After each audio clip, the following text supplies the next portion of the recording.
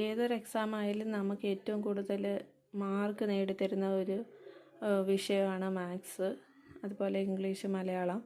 അപ്പോൾ അത് ആദ്യം നമ്മൾ ഫൗണ്ടേഷൻ കറക്റ്റായിട്ട് ചെയ്തിട്ട് ബാക്കിയുള്ള സബ്ജക്റ്റിലോട്ട് കടക്കുന്നതായിരിക്കും ഏറ്റവും ബെറ്റർ എന്ന് പറയുന്നത് എന്നെനിക്ക് തോന്നുന്നു.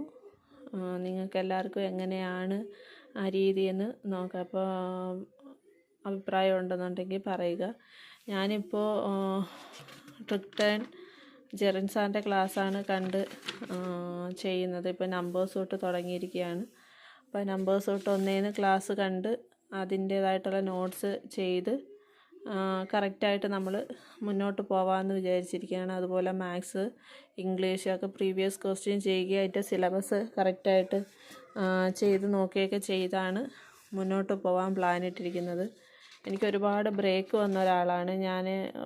കുറേ നാൾ കൊണ്ട് PSC എഴുതുന്നുണ്ട് എങ്കിലും സ്ഥിരമായിട്ട്, അതായത് ഒരു കൺസിസ്റ്റൻസി ഇല്ലായ്മയാണ് എനിക്ക് ജോലി നേടിത്തരാത്തത്.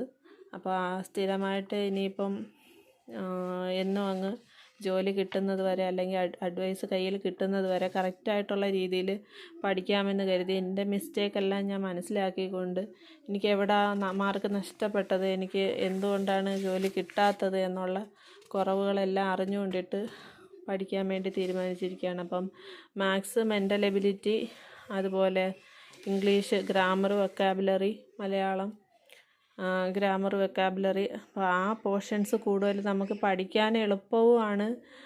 ഒരുപാട് വാരി വലിച്ച് പഠിക്കാനും ഇല്ല. ഇപ്പോൾ ഇത്രയും റാങ്ക് ഫയലിരിക്കുന്നു. അപ്പോൾ ഇത്രത്തോളം റാങ്ക് ഫയലിൽ GK പഠിക്കുന്നതിനെക്കാട്ടി നമുക്ക് എന്തുകൊണ്ടും ഈസിയാണ് എന്ന് തോന്നുന്നത് ഈ ഒരു പോർഷൻസ് കംപ്ലീറ്റ് കവർ ചെയ്തതിന് ശേഷം ബാക്കിയുള്ള ടോപ്പിക്കിലോട്ട് കടക്കുന്നതാണെന്ന് എനിക്ക് തോന്നി. നമ്മുടെ ഡിഗ്രി ലെവൽ എക്സാമിനൊക്കെ ഇങ്ങനെയാണ് മാർക്ക് ക്ലാസിഫൈ ചെയ്ത് നമുക്ക് തരുന്നത്. മാത്സ് 20, ഇംഗ്ലീഷ് 20, മലയാളം 10, അങ്ങനെ തന്നെ നമുക്ക് 50 മാർക്ക് കിട്ടും. അതായത് പകുതിയോളം മാർക്ക് കിട്ടും. പിന്നെ ഇതിൽ ഏറ്റവും കൂടുതൽ മാർക്ക് നമുക്ക് ലഭിക്കുന്ന ഒരു ഏരിയയാണ് ഹിസ്റ്ററി. നമുക്ക് 10 മാർക്ക് കിട്ടും.